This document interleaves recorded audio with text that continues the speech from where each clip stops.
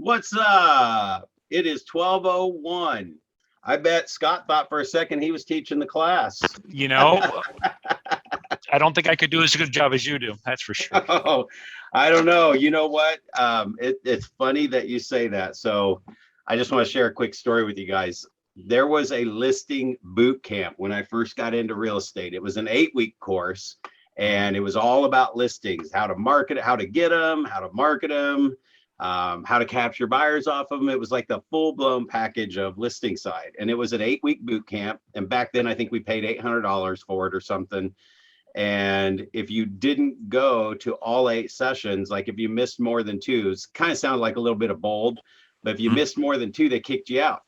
If you made it through, you could go through it as many times as you wanted. So I just kept, it was great information. So I just kept taking it over and over. I must have went through it a dozen times in the first 2 years I was in real estate, because the first 3 years I didn't know what I was doing. I mean, back then we didn't have training like we have at Keller Williams. We didn't have really a lot of mentors where people were really big groups of top producers would get together and share all their secrets and all that other stuff. So we were just we were the blazers blazing a trail. Anyway, so I go to that class like a dozen times or so, and I just went until it became a part of me. And I became a strong listing agent and built a team, and I was a listing guy and all that stuff. And then Keller Williams came along and, started learning how to track my money and taking the business side of that conversation. But it was that repetition that really, when the instructor, like probably about the halfway through, it was Minnesota where I started selling real estate. So the winters can be pretty brutal there. And he would say, hey, if I get snowed in, Brad will just get up and teach the class, because he's learning the material and he's been here 6 times. So that's what I hope you guys will get from Ignite when we keep reigniting this course. It's just hearing this over and over again. And pretty soon you'll find yourself just using some of these scripts. So I appreciate that. Great. Keep doing it until it sinks in. Yep, exactly. Well, yeah, and it's almost like I don't even know. My memory's horrible. I don't know if I'll memorize it, but it might just be enough that neuron keeps hearing it and it keeps it one day, Yeah. That has been my success in real estate, honestly, truly. Like, I wasn't born with the gene to sell 100 homes a year. My parents weren't in real estate ever before me. They were in the working class, working for the minimum, never really loaded. And so I'm kind of the first one to bust out into a field where the income's unlimited and you get rewarded for what you do. So my mom said I was going to be the first millionaire. I haven't been there yet. I can't claim that I'm one of Gary's millionaires yet. I came gross commission. We got to about 750 one year. So if I was in your market, I'd be a millionaire right now. So anyway, cool. Gosh, just looking through the material today, again, super, super powerful information. So congratulations to you that are here live, because I think it can sink in more when you're live. You can participate and ask questions or ask for clarity on things. And today is no shortage of information on contracts to close and just real world stuff that I'm going to share with you guys. So with this contract to close, anything standing out, popping up that you guys want to make sure you get out of today, or that you thought of when you saw this? Well, I'm right in the middle now of this whole issue. I've got 2 deals that are getting to close. I had one where we had the closing yesterday, but the funds didn't get wired into the account. And now the seller's pissed off, and he's like, these guys better not move in. They didn't get the keys, and the buyer's agent's been bugging me for the keys. And I'm like, hold on, I can't do it. And then my next deal is supposed to close next week. The title company came up with an old loan that wasn't settled properly on the property. Plus, one of the owners lives in Canada. And so the power of attorney, so there's a mess, there's a mix up on the power of attorney, and the guy might have to go to Buffalo to sign the paper so that we can close by Monday. But the rate lock expires on Wednesday, and the buyers are like, so it's just like everything that's possibly could go wrong, it's gone wrong. And actually, this this week's close, they were asking for credits as late as Wednesday, based on some BS in the pipes, and so it's been a battle. It's been a battle. But my people have been happy with me. Both my sellers are like, you're doing a great job for us. You're running interference and blocking and tackling before it becomes an issue. And I shut down a couple of the credits, and it's just been like not easy Yeah. to get. Well, so a lot of the systems that I'll share with you today are to eliminate more things along the way, so that when unexpected emergencies pop up that didn't get caught, that you can actually be there and focused on them. Because if you had 3 of those going on right now, somebody might not be happy with the way things have been going. And ultimately, we're actually going to talk about it. Everybody likes to blame somebody, and the blame that goes around is amazing. Who wants to not take responsibility, and how your competition and your competitors and your co-ops will tell everyone involved that you were the one that dropped the ball when you were probably the one that saved the deal. So yeah, it can be a nightmare. So yeah, you're not gonna, and here's what I tell people, even my systems, as awesome as they are and how I make it sound like everything flows simple, it does, but the chaos still happens. I tell people, no matter what you do, you can't stop the tornado from happening. The thing is, like, if we go peel it all the way back to the very beginning of this section, is the master list and doing the 5 a day. If you work on that a little bit every day, and you call 5 people and get them on the phone, verify their address, write the note, and you do that every day, it actually frees you up to go jump into the tornado and go take care of stuff. Go either create more tornadoes, calm tornadoes down, all that kind of stuff. It allows you to go be in the day and be in the moment and be more focused. It's when these things happen. I mean, believe me, guys, I've coached top agents in Keller Williams. And when I was at MAPS, I had 80 clients that we coached, and or that I coached, I mean. And most of them would say, well, I didn't do my stuff from our last coaching call, which they're paying $1,000 a month for mastery coaching, right? I didn't do my stuff from last week because I spent the whole week saving a deal. It doesn't take a week to save a deal. What does take a week is consuming our mind with it for the whole entire week.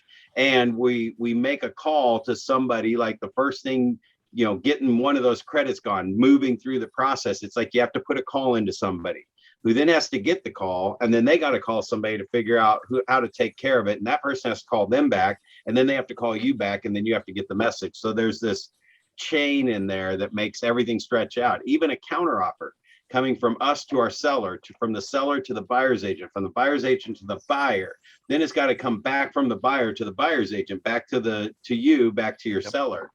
It can seem like there's just these delays. So everything that happens, if you can track it, and it was something that could have been checked on earlier, whether it was 3 days ago, a week ago, that would now be a new piece of my system every single time. So one of our steps in our process is to, if I'm the listing agent, is to call the buyer's lender. I don't care if you can do it or not do it. If we don't have the answers that we need from the buying agent, we're calling the lender. And when we talk to the lender now, we're like, is this going to close on Wednesday? Well, and it's like, no, what do you mean by well? And if they say they can't talk to us, they can't talk to us. But we actually shortcut a lot of the process, because most of them will. I said, I just need to know for sure there's nothing that could delay this next Wednesday, because I'm going to relay to my seller that you said everything's closing on Wednesday. And see, now I can't even get the runaround questions, because then, if it does come up, then they really didn't know what they were doing. So it doesn't make that go away. It just eliminates it now, because, well, let me make a call and so I force them to do their job a little more. But if we have to go that route, we will. If the buyer's agent can verify, and a lot of times we even talk to the buyer's agent, say, call the lender and ask them this, and make them commit to that date that they're putting their job on the line for it. And they're like, ooh, yeah, that's good, because he seemed a little waffly. So, I mean, there's even agents that know what they're doing. We just suggest that all the time. Right. Well, like my situation was a title issue. So it's like Yeah. so it's like, so I've talked to the title agent because I did call, like when I first got the offers and I got the pre-approval letter, I called the lender and I said, hey, is this legit? What's going on? Do they have seasoned funds on deposit? Did they, is this the selling price? This is the down payment. Is everything good? And they're like, yeah, we're good. We've approved them. They're good to go. And it's just like the title comes up at the last second. Right. And I'm like, I didn't even know I'm supposed to, put that in and call the title company and figure that out. And Yeah. it's like, and I wasn't involved in the setting the closing date, okay. As I'm like, I know it's going to be this week, but it's, Is it because you have attorneys that close them? Yeah. So that attorney now becomes part of our step, that we have to get a hold of the attorney and find out at some point where we do know what the closing date is. And then we ask them, is that a set date? Because ultimately what happens is you're the one that now they're calling for the keys and you had no control over when the closing date even was. That's a gap. Yeah. Right. So somebody needs to report to me when that closing date is. And is this a 100% chance it's going to happen, a 90% chance, or a 50% chance? You know what I mean? And that would be now a new step that I would have in there, that attorney would either get an email, fax, or all of the above with a phone call to verify it. So I know that a week ahead of time. Title insurance policies, guys. It is one of the biggest things that real estate agents don't really pay attention to. And it's like everything that's ever been recorded is on that title policy. So that's one for just now. And again, I'm not here to solve all the world's problems, but if I were sitting in Scott's shoes, I would ask the title company, at what point can the title policy, the title information be pulled? And find out if it can be done a week in advance and they just do it 2 days before closing. Because then you can just start saying pull title work and send a notice to the title company. If they can do it a week in advance or a month and right when they get the contract, you might as well pull that. Now they might have to re-pull it to make sure no liens got filed between when the contract came in and when you're closing, like if somebody did a bunch of work, right? So if that happens, then again, that's another gap that we would pay attention to see if it looks like any work's been done to the property since then. But anybody can file a lien. I would just rather know 99% of the time, no new liens are going to come in the next 30 to 45 days, unless somebody really did some work to the property and hired people and didn't pay them and all that other stuff. So that's probably something that can be pulled but they'll tell you something like, because of this situation, I would be sitting there and they would say, well, we can't really back that policy. It's like, no, I understand, but there's one now that almost looks pretty much like it would look at closing. And they would probably tell you, other than anything new that would be added next month, great, can you just send me the one that's on title now? For my files, would you do that? And then you got to look through it too. So we actually have that on there to glance through the title work to see if there's like a loan that shows up that we don't know about for our sellers. We don't know anything on the seller side for the buyer side, other than if we saw the loans on the seller side and that title policy, we could call the listing agent and say, hey, we saw there's 3 loans on there. Like if it was 1 loan, I probably wouldn't even think about it. But if there were 3 loans or something like that, I might just check with the listing agent and say, I just was checking to make sure we don't have any title issues right at closing, because I know your sellers want to close on time and I want to make this as smooth as possible. Yeah. So that go ahead. All right. So this is the deal. This house is being sold. It was a house that was transferred to the children in like 2005. Okay. Yeah. And so one brother's an attorney and one brother lives in Canada and he signed over power of attorney. And it's like the Canadian, whatever government is he signed it virtually and it's like, it has to be a wet signature. So there's an issue. Yeah. Now there's also another issue is that a loan came up that the parents took out in 1990. Yeah. So I'm saying, well, the parents don't own the house transferred, right? The house is owned by the kids now. So any lien would be against the parents, not against the house, because the title already passed. Wouldn't that be? Not necessarily. Yeah, not necessarily. If the house was the was what it was being placed on, it wouldn't be the kids would have taken title with the stuff leaned on it. If it was a personal signature loan, then it wouldn't be on the house. But wouldn't have come out. I mean, if the transfer happened, wouldn't have come out when title was transferred. No, not really. I mean, because you can actually go buy any property today and just say, hey, I'll give you $10,000 cash, whatever's on it, I'll take it the way it is. And they sign the rights over to the property and I get whatever comes with that property. What you're doing when you close on a property, the way we all do, is the title company's clearing out the title, making sure it's clear title, and then they're putting an insurance policy on it that says, we've checked the title, it's clear, so you don't have to worry about it not having something unexpected show up, because we're going to guarantee it. So I've got one right now. I mean, it was a flip that was going on, and the seller didn't provide to his title company all the receipts for any repairs that he did. And our title company wants to see that those have all been in place and paid for anything that was done. If there's not a receipt for something, they have to wait 45 days or something to file something to say everybody has the opportunity to get their liens in now, before we give clear title to this property. So, I mean, he had stuff turned in. We just didn't know he didn't have all his stuff turned in, and he may have. So this came up that it could cause a delay, and we were on it right away. We're still a week out because we had our flag on the title work. So we're already working through that. He's rounding it all up. So hopefully we'll have it all in place before we close next Friday. But that's a 1 week out trigger thing where we just check something with the title company and say, is there anything that could stop this? And well, there's one title thing that came up. Yeah. So anyway, yeah, it's all just trigger points that right now I'm not even in panic mode, and my buyer's moving in Friday. So, but what it does now is it's like we're already in works with the seller that if you cannot provide this, let's get an alternative plan in place, because she's got money spent on inspections, appraisal. She's got, work that was going to be done that we'll have to delay, but that she's got money invested in all this stuff. So are you going to consider an early occupancy if you don't hold up your part of the bargain? And another thing that we do when we're representing our client, if there are issues with something like this coming up, I'll still take my buyer right to closing, but I will have told them, hey, here's things that are going on, but I want you to do everything per the contract so that we're in contract and they're out of contract, and that would gain them some legal leverage if we had to get to a lawsuit, even though we avoid that at all costs. But I'm going to keep my buyer in contract.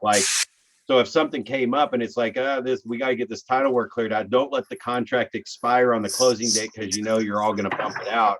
Get that extension on the contract, or go to closing and sign your papers so that you can show you did everything per contract and they were out of contract. We actually just had this conversation in our office that, I even said, the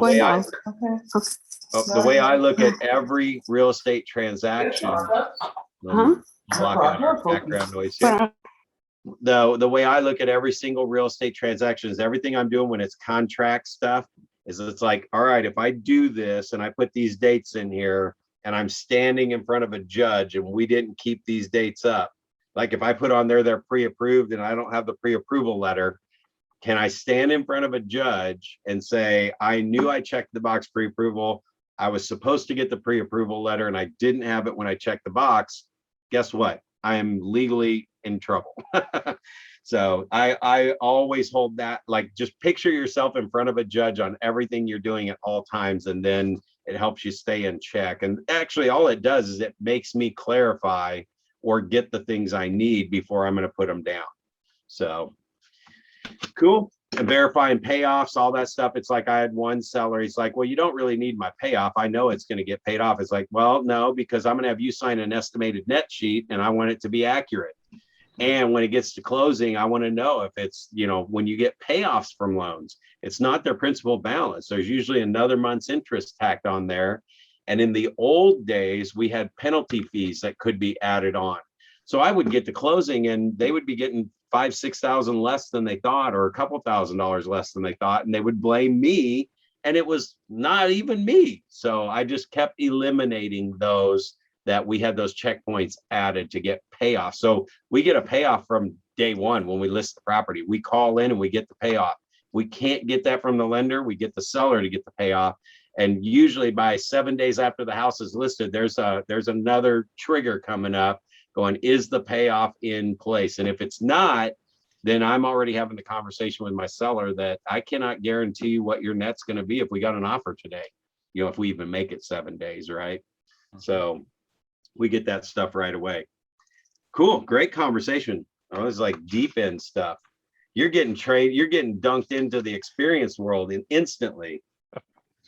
So keep track of every little glitch that happens along the way, because right now you probably don't have this full perfect process from contract to close.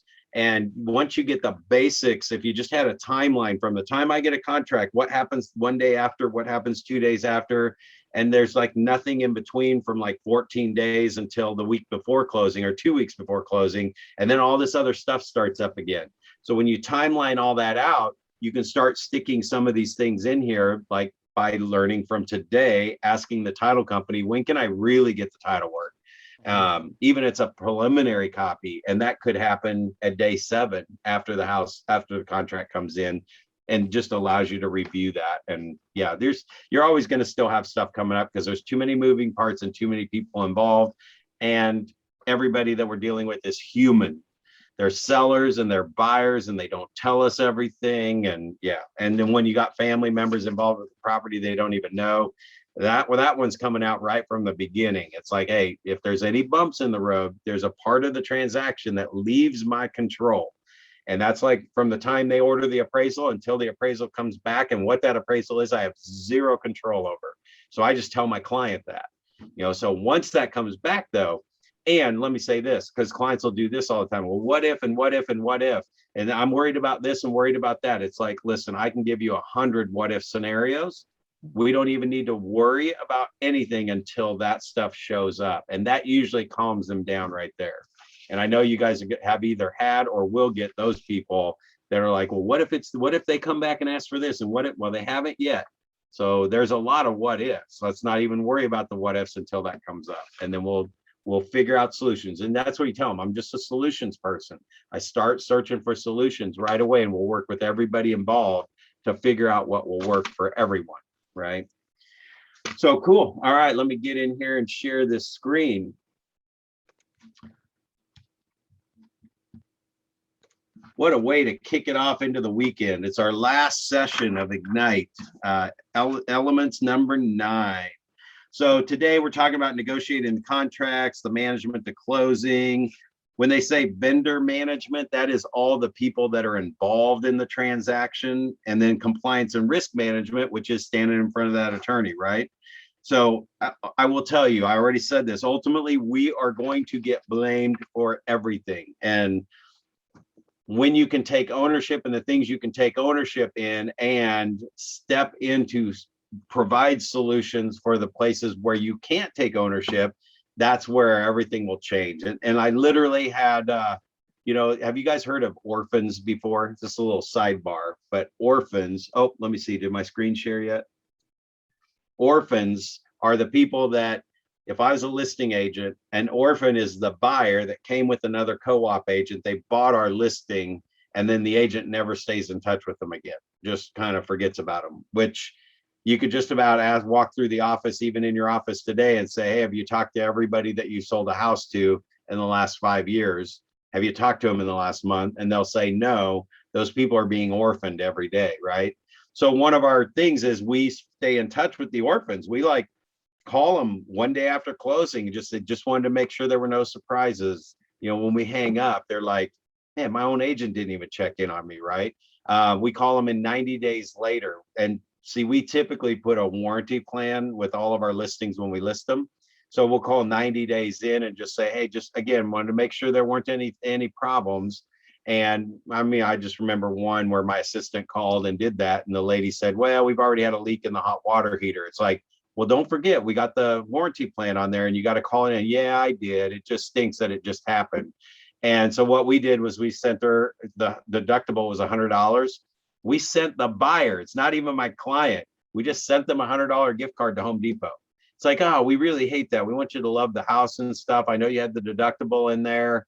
And nobody would have known that was going to happen. So you mind if we just send you $100 Home Depot gift card? And she's like, why would you do that? It's like, well, we want you to love the house. Well, guess what? They're on our drip plan forever. And we talk to them regularly and they become a client 5 years from now. So anyway, it's just that kind of stuff. So that when I called one time, which was why I started that story, I remember calling and following up with an orphan just to see if everything was good. And he said, take me off your mailing list. So I'm like, what? And he's like, I don't want to hear from you ever again. I heard you almost blew this deal. And my agent told me that you dropped the ball on a whole bunch of stuff. And, again, I don't get defensive or take any of that stuff personally, but I said, well, I do want to actually make sure you've got the right story. We are the reason that you're in your house. I'm not going to pass blame on to anyone. And it's unfortunate that you think we were the ones, because we actually are the one that kept this thing together. So I just wanted you to know that. I'll still take you off the list and never contact you again. And he was like, oh, well, no, that's not. See, that wasn't the story I was told. It's like, oh no, we actually made that all happen, and we told your agent what to do and all that other stuff. So I didn't really talk down upon them, but I did get the story straight on where they thought the ball was dropped, and they are now in our database, and they've been in our database. Gosh, that's probably 20 years ago, probably still in there, right? Okay, so on this, what we're talking about on all this stuff, just know you will ultimately be the blame. So the more you can plug the holes along the way on that timeline, the better off you're going to be being the good guy and the savior of the whole thing most of the time. So this is building buyer and seller timelines. We're going to talk a lot about these timelines: contract to close, or from the time you start list a house until it goes under contract. And we're talking about contract to close today, right? But you got a contract to close for a seller and you got a contract to close for a buyer. And in those timeframes, like 3 days after the contract's been accepted and everything, we get a trigger on our timeline that says, has the title company and the lender received a full copy of the contract? And that usually, I think it actually happens within 2 days on our timeline now. So within 2 days, we will just send them a copy, both a copy of everything, because by then you've gotten the straggler documents together and things like that. So build out a timeline of every step that you're doing, even if it's something you do naturally. Like if a week after a contract's been accepted, you just naturally follow up because you want to make sure they're comfortable and they're not lost in the wind somewhere or not sure what's happening next. Because think about it from the client side. Contract comes in, we get all these signatures and it's all in dot loop and we're sending things back and forth to them. But it's like 7 days can go by. We're getting things to the title company. We're scheduling the inspection or giving them the names and numbers, but they're kind of sitting there 7 days later. They don't really know like what's happening. I've had sellers go, so did we really sell our house? And it's like, you signed the contract. How can you not think you didn't sell the house? We just weren't sure. So the very first thing that goes out, I mean, so in our database, the SMART plan is new listing to contract, right? So we take a contract, we stop the new listing to contract plan, and we start the contract to close plan for a seller. So contract to close plan for a seller, a letter will go out. First thing, it says, congratulations, your offer's been accepted. There's a whole lot of things that need to happen now, and we'll keep you in the loop as that's going along. About 7 days later, another letter goes out or email, and it would say, inspection should have been set by now, happening now, or already completed. And we just wanted to make sure you knew that we're on top of the process. And there's also a to-do that's coming out of that SMART plan that's saying, has the inspection results been received yet? Because most of the time our inspections default to 10 days. Now, if I start that SMART plan, and we know our standard timeline is 45 days contract to close. If it's closing in 30, we just have to scoot the dates up on the end stuff, right?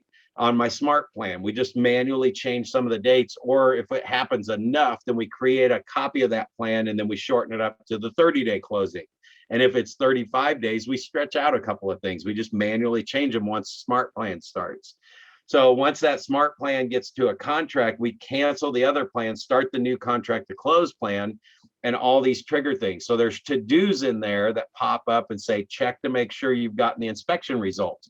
At the same time, the letter or email may be going out to the client saying that we're on top of it. Here's the trick. These timelines, we live by our tasks and our to-do list, which means we are in command every single day. And I have top producer for my live one, but it's the same thing. There's that front screen that has your tasks and to-dos every single day. You have to live in that every single moment of the day. We pull all our tasks for the day, knock those out first thing in the morning, and then go deal with the day. So that's how we run it. We have our call lists calls that have to be done. We have our to-dos that have to be done, and our letters that print out and emails go out automatically. So that's kind of our machine. Yeah. So what I would do is I would track your timeline and then put each item on a sticky note, put the sticky notes up on a wall in the order that it's supposed to happen, and write the days on when it should happen and create your perfect timeline. So that's kind of what will help you build this bulletproof deal. This is kind of a picture of it. I just threw the actual process that I take people through. Step one, if you're looking at your screen, was where we manually wrote down everything we did from the time the contract came in until it closed. Actually, that one, we just write down everything we do all day, every day for like 2 weeks. We track everything we do. And then we put all of these items on a sticky note. Each item goes on its own sticky note. And then we get together as a team and we're like, all right, so if we're working with a buyer until we find them a house, which of these sticky notes go on that process? And then we just make that, you guys can see the step 3 where we just have these different lines going. And it's like one of those is contract to close for buyers. The other one is contract to close for sellers. The other one is new listing to contract. I don't know if it shows my cursor on there or not. It does. Oh, yeah, go ahead. Oh, question, smart plan. Do you have a contract to close smart plan that is in the system that's yours, or we should just look for one and then tweak it so it matches what we need to do? Yeah, no, great question. Because every state's different and everything's different, and what the level of service that you bring is different, you definitely want to put your fingerprint in it. But you can literally take your standard contract to close checklist, even almost like your compliance list of what documents you need and when you turn that stuff in, and just turn it on its side, and it almost creates your timeline. What you don't want to do is rely on opening a file up to see a paper checklist, and you're going through and you're really good about keeping up with your checklist, because the day that you have 10 files sitting on your desk, you have to open up all 10 files to see what checklist is there. And in my mind, that just sounds chaotic and very out of control, and you'll end up running a business where you're always in reactive mode. You could work ahead on a couple of things, but you'll be behind on other things because you got to see it on the file. In the smart plans, it only brings to the top of the list what's due today. And what's really cool is if I'm going on vacation for a week, I can actually go 3 days into the future and see what's coming up and knock those out before I head out of vacation. I can even go the whole week out, or when I get back, I'll backdate a few days and catch up. So that's how I would handle like a week-long vacation if I didn't have any leverage or people. So the other part of our process is when those things show up on our task list is, if something takes 2 minutes or less to do, and I'm like sitting here, I literally will just knock it out. If I can just, oh, it's sitting right here, I just highlight it and send it. I mark it done, and my assistant, whose job it was to do that, it's already done. It took me 2 minutes or less to do it, really like 30 seconds to do it. So I just did it, and I had time to do it.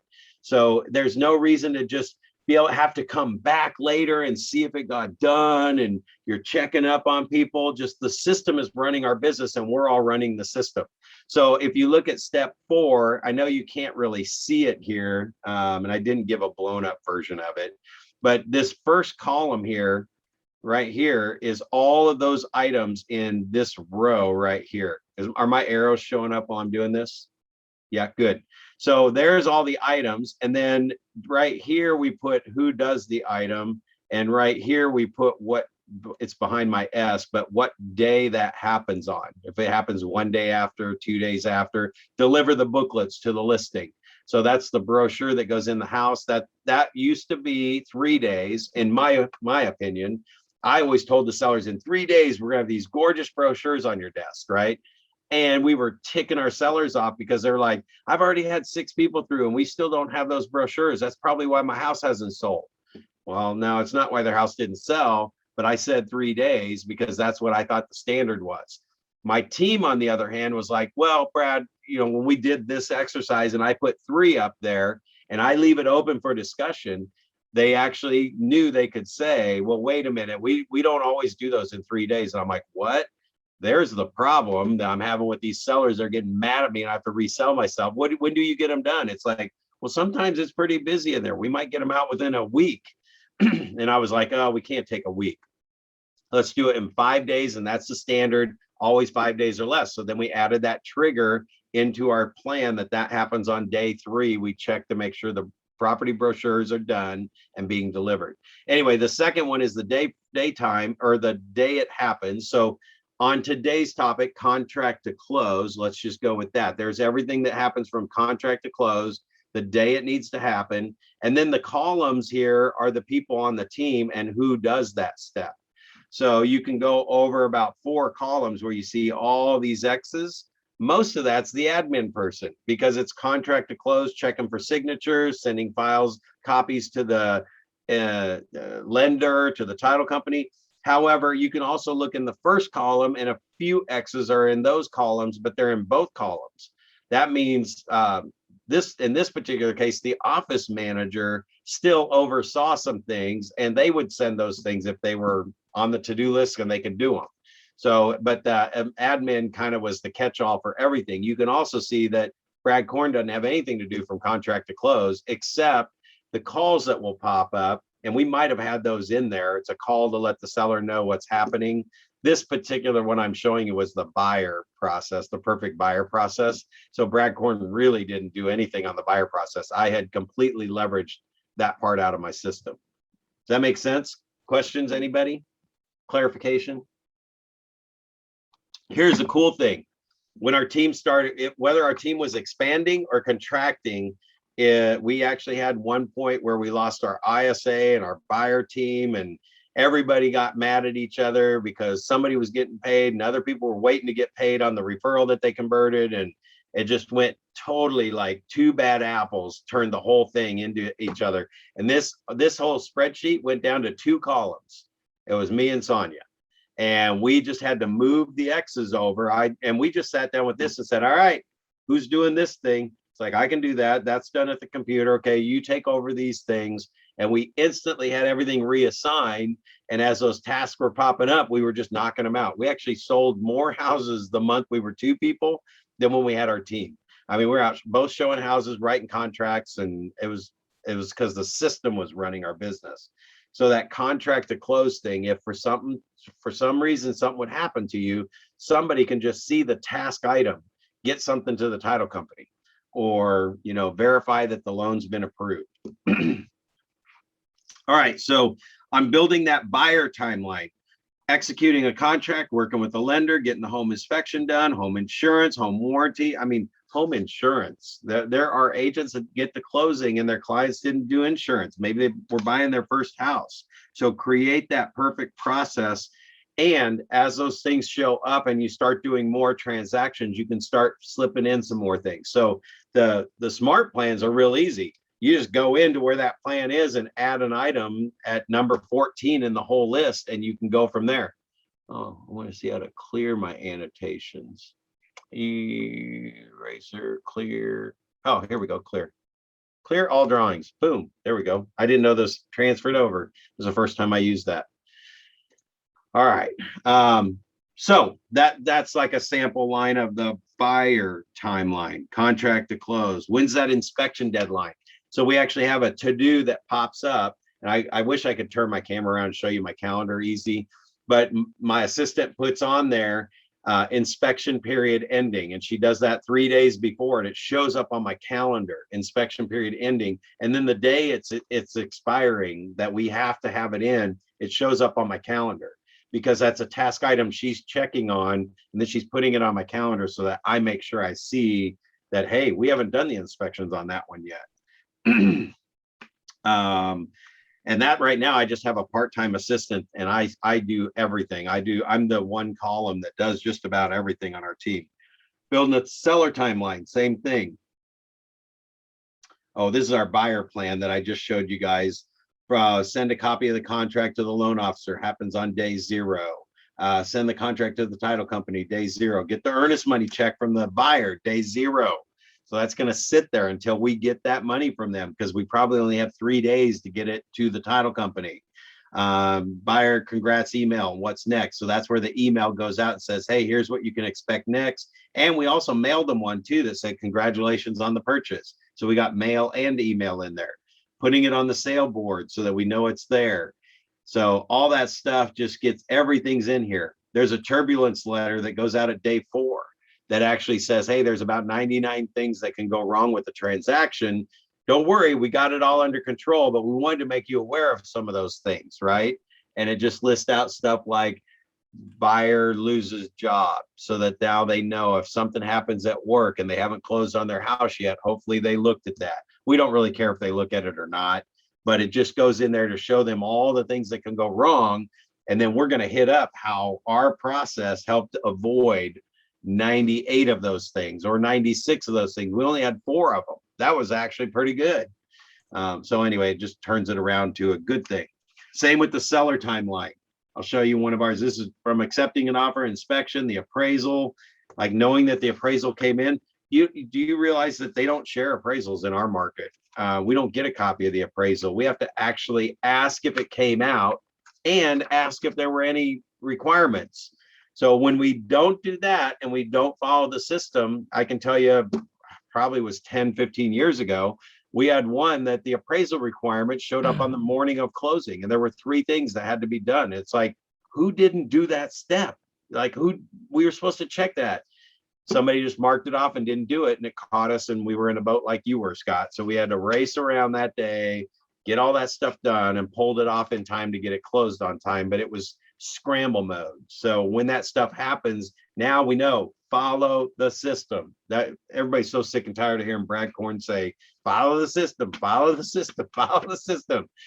And here's another thing. So a lot of agents, if they run into issues, it's because they don't trust their system. Their system's not foolproof enough or detailed enough that they can trust it. And if they just give people a list to do, a task list, and say, here, do this stuff, and somebody's just marking them done and they don't do it, it's the system the systems did it, the people didn't do it. So they don't trust the people or they don't trust the system. And that's why they're like, I have top agents all the time. They're just, at the end of the day, they're going through a list of, just hammering their system with a list of 50 things. You know, I just wanted to find out if this got done and this got done. Well, what is your system? Because that's a horrible system to get that call from you every single day and ramble on about the 50 things I already did today or didn't do today or what dropped through the cracks. So that's where the campaigns and action plans and the SMART plans actually fill in the gap.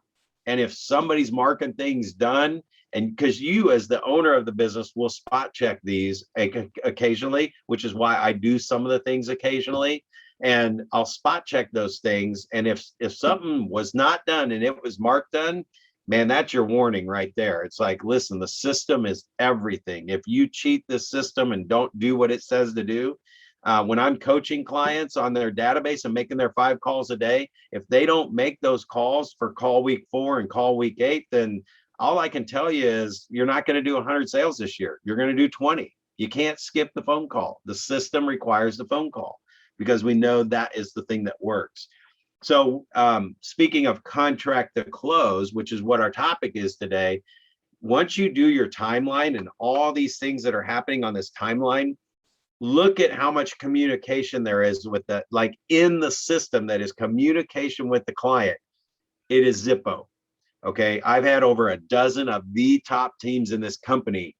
I flew in, they hired me to come in and set up all their systems and automate all this stuff over a weekend, right? Or 2 days during the week. There's no communication built in. It's all just naturally happening. And that's where your client is sitting out there, like mostly buyers. It's like they don't hear anything for 2 to 3 weeks before closing. And then all of a sudden, the phone blows off the hook about the 20 things that have to get done in the next 48 hours, or you're not closing in time. It's like, geez, they were sitting there wondering what was going on. I hope everything's okay. And then we just start slamming them with all this stuff. So all those teams that had me come in, I purposely added back in these touch points where they pick up the phone and call. How's everything going? Oh, it's fine. We were just starting to wonder where things were. Yep, we got it all under control. It's all good. They were like, oh my gosh, it was just amazing how big of gaps there are, especially if something's closing in 60 or 90 days. A new construction, oh my gosh, there's no communication there. Or even in your guys' world with the attorneys, you don't know if that attorney's calling them or not. I mean, until they've shown you what they do and what their system looks like, which they have the same system most realtors have, there isn't one. You need to build in those systems to touch base and know what's going on. So that the attorney touch point would be in mine a lot. And now if reality, if that attorney costs $100 every time they pick up the phone and they're going to bill my call to their client, I need to let my client know, listen, in my plan, I know attorneys charge, but I have to know this is closing on time. If you don't want me to call your attorney, here's a waiver form that just says you're okay if this thing doesn't close on time due to me not checking in with your attorney and he drops the ball. I don't want you to blame me. That would be part of my process if they don't want me to call. Same thing with getting payoffs. Sometimes we'll call in to get payoff. It's a trigger. Get the payoff right after we get the house listed. It's usually about 3 days after.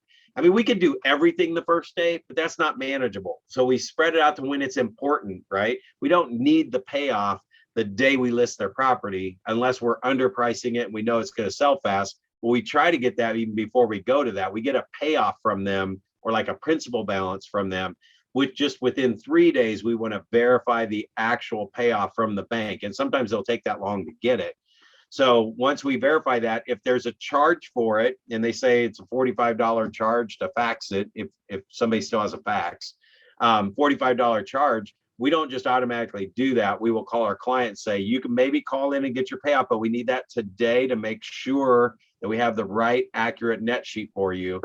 And otherwise we don't, because or if you want us just to have them charge the $45, we can get it. So we'll always verify with them on that stuff too.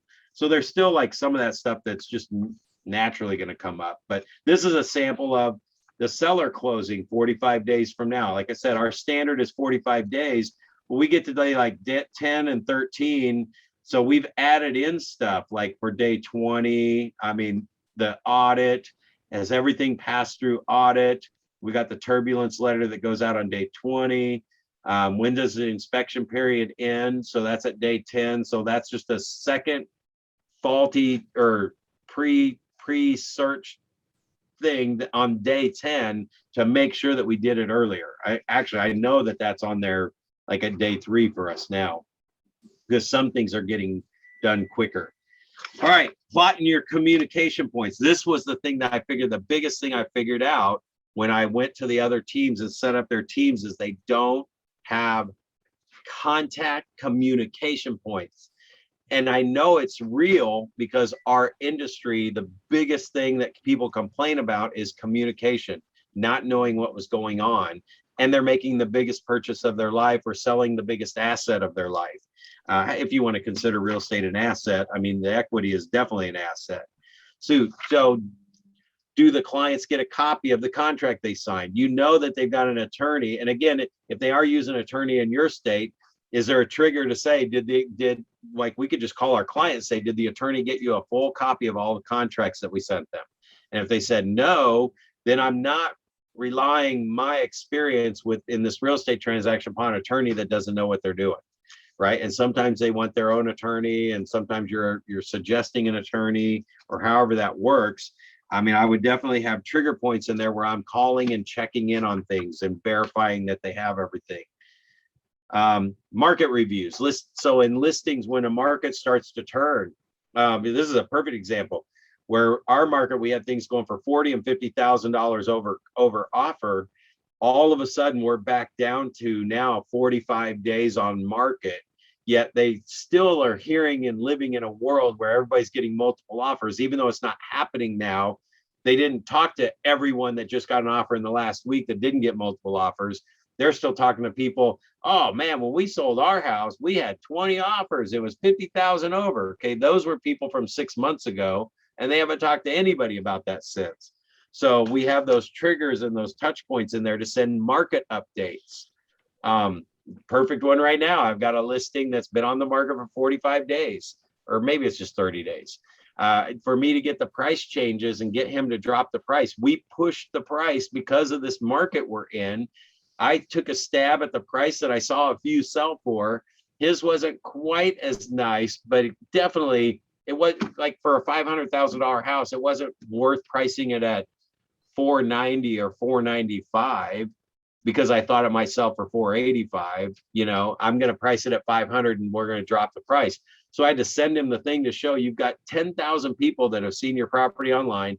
We've had 14 showings. We had 2 close calls, but nobody's written an offer yet. So it's like, are you ready to drop the price? And so he's like, well, I just don't know. It's like, listen, if we were priced cheap, you would have already gotten an offer. So right now we're probably priced 5 or 10,000 above what they're willing to write an offer for. So if you drop the price now, maybe we can pull those offers, because right now they're not even writing the offer. So, and I'll show him, here's all the people that showed your house, and here's how many houses they've sold since they've shown your house. So I'll pull up the agents that were on the showing report, send those in and show them that they haven't sold anything since they showed your house. So you can pull up pendings and all kinds of stuff. I'll call the listing agents on any house in that price range that has gone under contract since they listed with me. That's a market review. So, and I'm putting in the list date. The contract date is the same list date that I went live with their house to today. And like for that one that's 500, I'll pull up 450 to 550 in the MLS area, and there's nothing. So nothing else has sold. And one of the conversations said, maybe we started too high at 500. Well, we had that conversation. We did start too high at 500, but we always had a shot of getting it in this current market. But you didn't. And he's saying, maybe we missed buyers. That's why I showed him that report and said, you haven't missed any buyers. They're either selling for 465 or they were selling for 580 and above. And almost every time I pull that report, I am not seeing houses sell that are similar to mine that are selling. They're all selling and we're not. I mean, if they're similar and they're in that price range, they're going to sell and you would have been under contract. I know I would have been under contract. But if there's nothing there and there's a big gap, it's reconfirming to the seller they haven't missed any buyers yet. But if we still believe that is the real price, then it just means the buyer hasn't come yet. They're buying smaller properties or lesser properties, or in one market, guys, they were actually buying houses 50,000 more than us. But it's because I had the regular house in a regular neighborhood trying to get them the most equity. And we had foreclosures in a bigger, more expensive neighborhood that was 50,000 more than us, but 100,000 less than everything in their neighborhood. So we were losing our buyers to foreclosure homes, but they were paying more. So that's what came out of those market reviews. So I watch that stuff all the time. So plot those communication points. And we actually have that in there for the market reviews. All right, best practices. Any questions or anything? I know I'm just dumping. I just unload on you guys on these calls, don't I? All right, so on this one, best practices. Let me see here. Oh, I was just making a note. One of the lessons learned that we had by doing like tracking our stuff and our contracts, I had offers that were getting sent to some old realtor.com email address, and I actually lost the sale because I had an offer sitting in realtor.com. So by managing those systems and tracking those things, you can find things, just plug holes wherever you find problems. Like that now, when that happened, we're right into our system. The co-op agent gets an email and a text and a call that says, make sure all offers go to cornteamkc@gmail.com. It's actually a copy paste thing that goes on our showing instructions. We now do those cover pages that not very many agents do, but the really a lot of KW agents do, just because we know here's our title company, here's how we're representing our client if it's a designated agent or whatever, so that they can fill the contracts in completely, and we put those on MLS so that they can download them to make sure we get them. The other thing is we have a system to make sure we've asked for feedback like 3 times. So if they do say, hey, I did send an offer, we've already got 3 contacts in there to get feedback. If they haven't provided feedback and we haven't heard from them, there's no other way we would know they had sent an offer or not. But when you're checking in with them, you're going to catch those. I do put in there just the to-dos where you lose control of the transaction. And that is maybe a great touch point personal call to your client to say, hey, I just want you to know that from appraisal until that appraisal comes back, we have 0 control. Can't talk to the appraisers, can't do anything. Lender can't touch base, but we'll check back in with them within 5 days. And they really have 2 weeks to do it. It just allows me to communicate what's going on in the process so that if it all blows up when it comes back, they know we didn't have control over that. So that system got built in. In fact, our system now, is built in to check with the lenders. We have internet lead on our internet lead to conversion plan. We send out 3 different ways: text, call, and text, email, and letter. Sorry, the lender that we want them to get pre-approved for. That goes out within a day or 2 of the internet lead being converted, and they called in. We got the yellow for seller or blue for buyer. We got their information, right? So the blue for buyer ones on an internet lead, after we've converted them, they get the letter that says get pre-approved, and it comes in 3 different formats. And then 3 days later, it's a to-do to check in with the lender to see if this particular buyer called you. So there's the contact record. The smart plan's running on their plan. It will pop up and say, for this buyer, check with lender to see if they got pre-approved. Well, we know there's 2 lenders based on which smart plan they're on. We just send both those lenders an email and go, hey, did John Smith get pre-approved for a loan yet?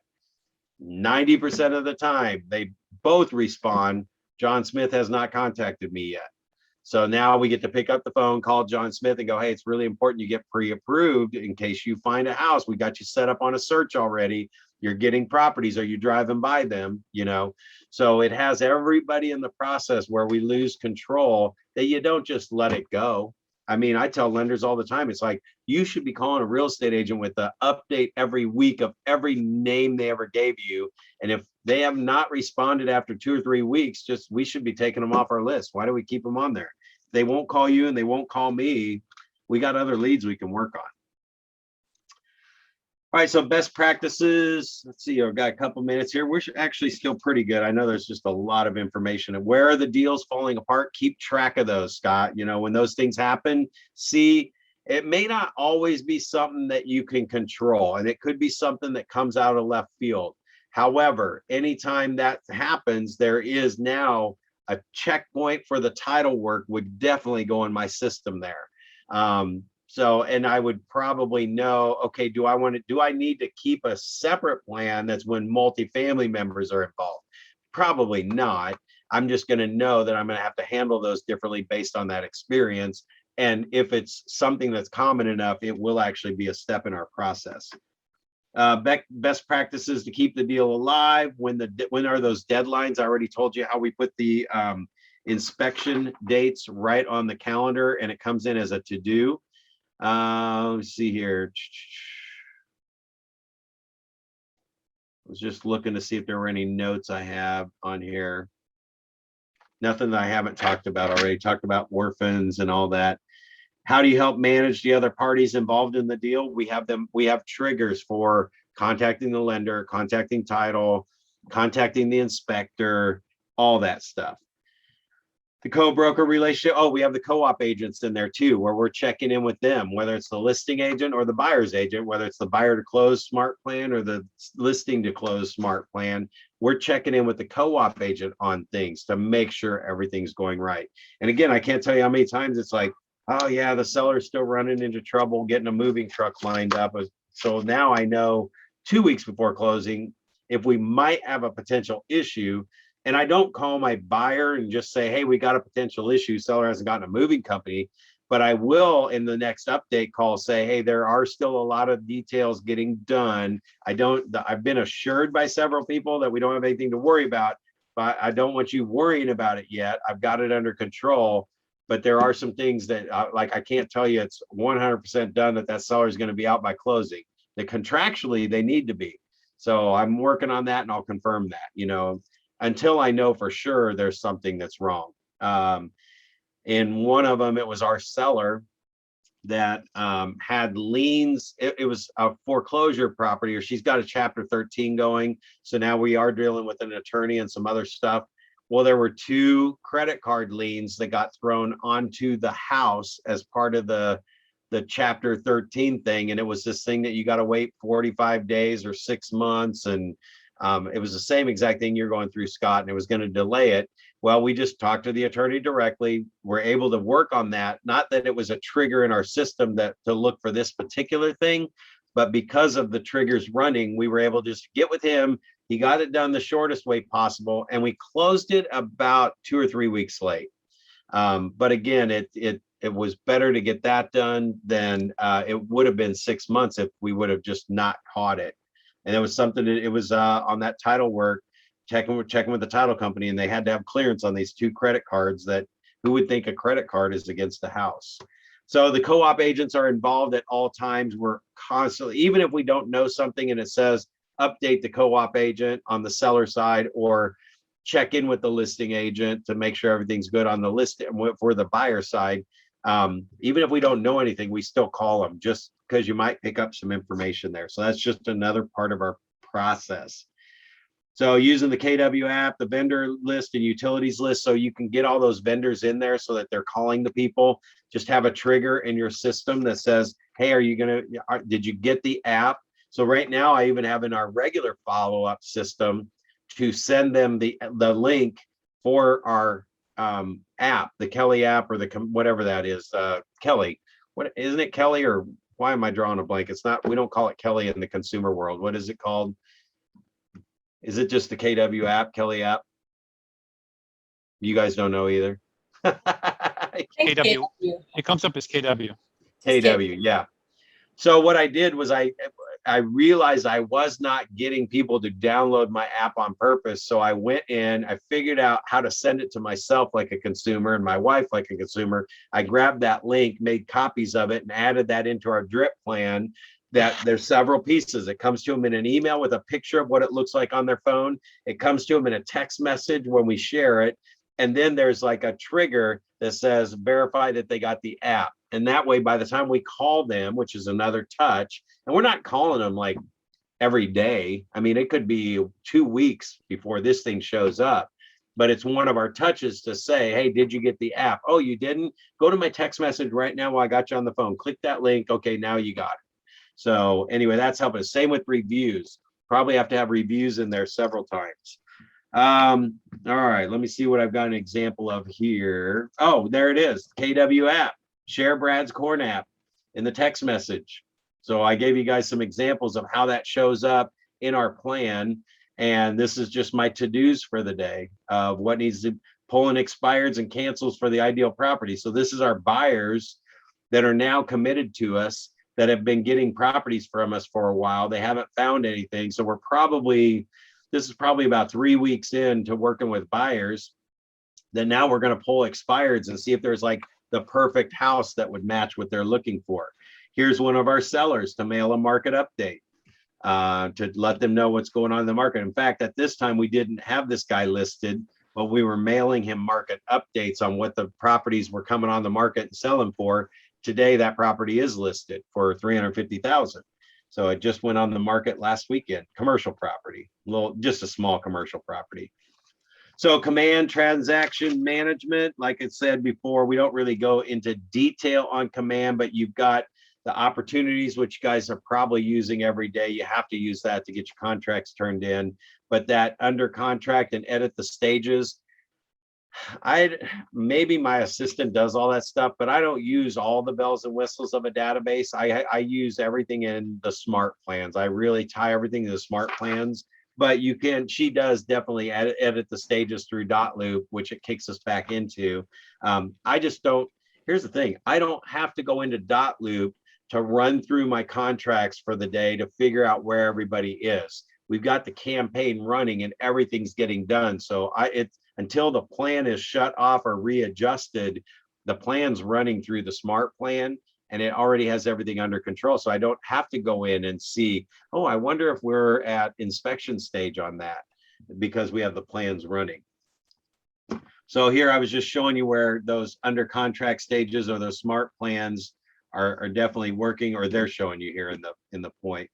Consumer settings guide, again, they've got all the consumer guides, that there's so much content that you can update them on different things, from pre-approval if you're working with a buyer.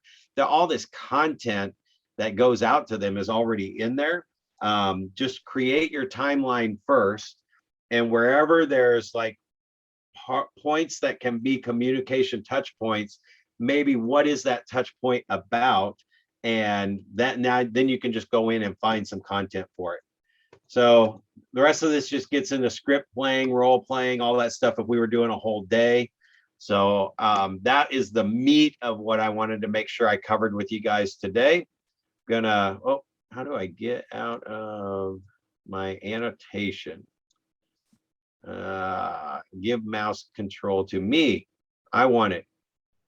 All right, I can't hide. Oh, there we go.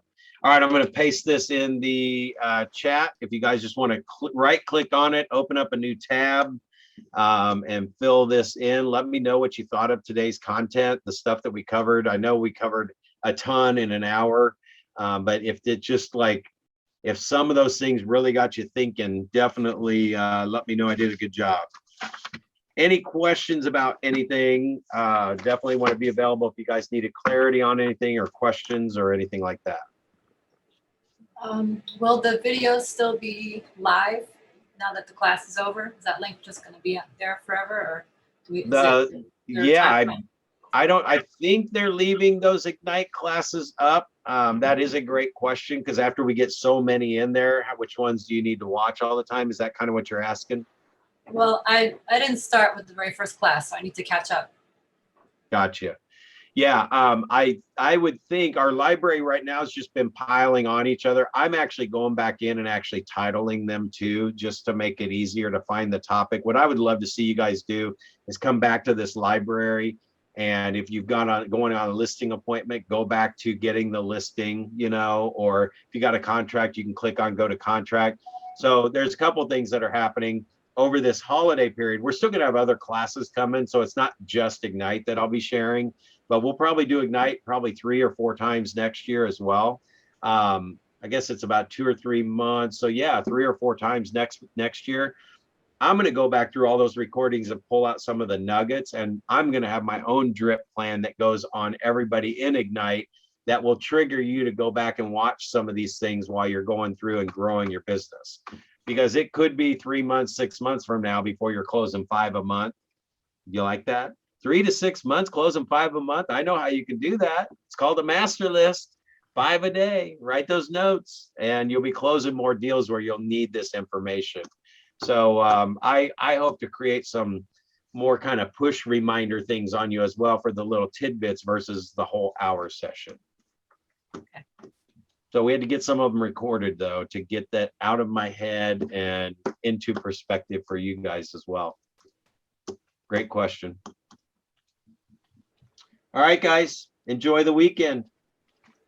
Brad, thanks so much, man. It's a great program. I'm definitely gonna see you the next time if you're doing it. And thanks for your help. You gave me insight, and I appreciate it. I appreciate you too showing up and being here and sharing like you do too. And yeah, keep knocking it out of the park out there. I love watching you get more and more business.